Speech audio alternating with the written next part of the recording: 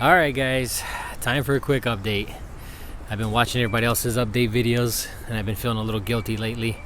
I feel like I should make videos for you guys, and I get that, like I watch my subscribers all the time and the guilt starts to set in, so I figure I'd make a quick video for you. We are officially down the road, guys. Today I took them down to 16 miles. It was a tough battle to get there. I started off slow as I do every year. And then started to bring them up. I think I had one good toss at 10 miles. They actually beat me home. Everything else from the 3 miles and up to 16 has just been tough. The birds are late. They're late on every toss. And then I'm getting groups of birds coming in much later, hours even, after I toss. And it's been frustrating. I do have them on a diet blend right now. Not necessarily a race mix, but a diet mix. Especially on days that they're not training. We've had a lot of rain here in Michigan, and it's been tough. It's been tough to get them down the road. I do loft fly them every day unless it's pouring out. I wake up at 6, let them out for about an hour. I pray that they give me whatever they can on the wing. Some days it's better than others, but like I said, I still push them out every day, and then when I do get a nice clear morning, I will take them down the road. It is what it is, guys. It's been tough. It's been a tough go, as everything has this year. Breeding has been tough. The health has been tough. And now the training is also tough. And it is what it is, guys. We do it because we enjoy it. And as much as it sounds like I might be complaining, I absolutely love it. If it wasn't for these birds, I'd be doing something else, and maybe something that was not a positive thing in my life. So I love having them. I love the hard work. And I don't mean to sound like I'm complaining. I'm just simply sharing the good and the bad, guys. I know a lot of guys want to put out these awesome videos of how well they're doing, and don't really share what's really going on, because we all know. We all have pigeons. We all keep them. We all know the ups and downs. It is what it is. Like I said, the health has been on the rise, guys. We have not had a sick bird in weeks. Since the last video I put out, I went ahead and removed anything that was sick or sickly. I think I had 2 birds that I had to remove. They just weren't bouncing back. Even after the medication, so I just went ahead and removed them. I didn't want to deal with them. It was sort of heartbreaking because one was a red check, and I hate getting rid of my reds. They're hard to come by, and if you want to have good reds, you have to breed a lot of reds. 1 or 2 out of the 98 blue bars that you have isn't going to demonstrate whether a red is good or not. And I think a lot of guys get that confused. They'll have 2 or 3 reds or silvers, and when they lose them, then silvers are no good. Well, how about we deal with maybe 50% silvers and 50% blue, and then judge it accordingly, but whatever. You know what I mean. So here we are. It is the 18th of July. We're only at 16 miles. It is a bit frustrating, but we'll get there. I got 2 weeks before the first race, and I think I can definitely get them out there. We'll do another 16 tomorrow, and hopefully they improve. If I want to say my 90% of my group came in at about an hour and a half after release, and it was a long wait. In fact, one bird made it after about an hour, which isn't impressive, but I guess what is impressive is the fact that he beat everybody home by half an hour, which was sort of impressive. And there's this little pied cock down here. He's a good looking bird there. I'm actually hoping to replace his father for him this year if he does well enough in the races. A good training toss does not mean he's going to be a good bird. We will see when the races begin. But it's still sort of impressive to come home by himself solo a half hour ahead of everybody else. And then again, I'm getting birds, an hour later, 2 hours later, 3 hours later. So I'm not sure exactly what's going on. I don't know why they're getting broken up. Or it is what, they might just be bad birds. We'll get to that point, guys. We'll get there. But I can't argue, and I won't lie to you and say that it's not frustrating. Maybe I don't remember what it's like from last year, but if I remember right, the first toss is usually a little bit, maybe a half hour, 40 minutes, and then after that they're beating you home, and it's just not been the case this year at all. So we'll get there, guys. No worries. That's really all I got for you guys. I gave the birds a bath today. Like I said, birds are healthy. Everybody's doing good. I've had to deal with a lot of mosquitoes this year, as everybody else has. I got, fly traps up. I got mosquito traps. What's up, guys? Through the loft, I got these no pest strips hanging everywhere.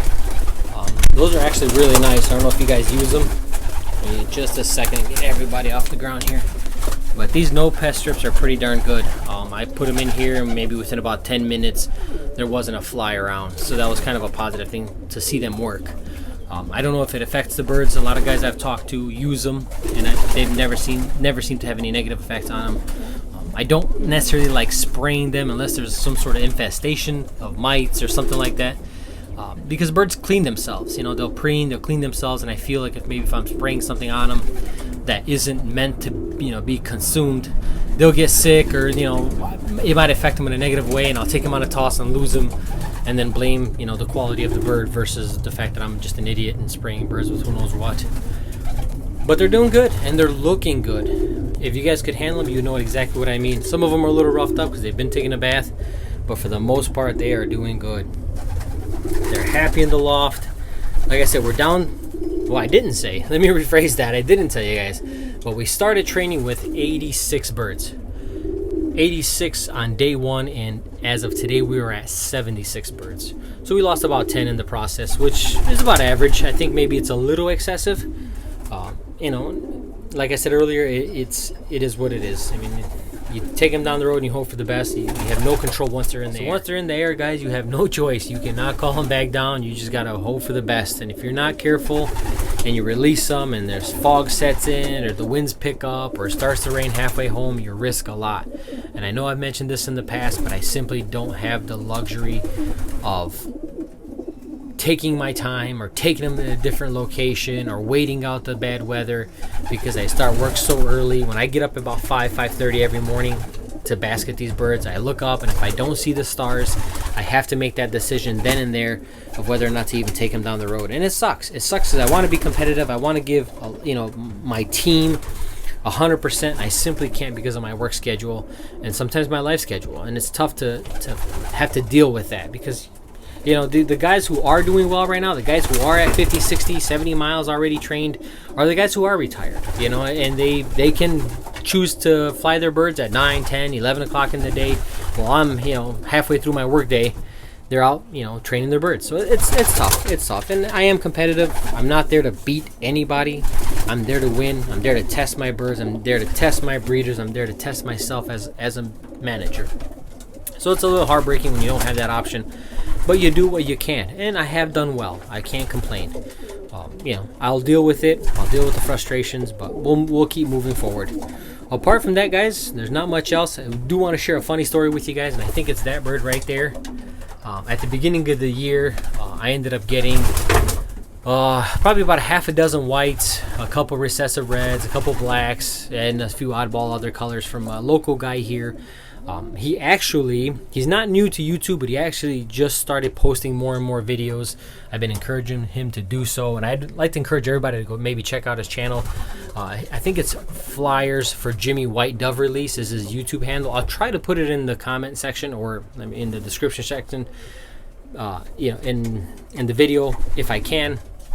But like I said, I encourage you guys to go check him out. He's real green to racing, but he has done the white dove release for years now, so I think he has a little bit to offer there, especially if you're interested in that.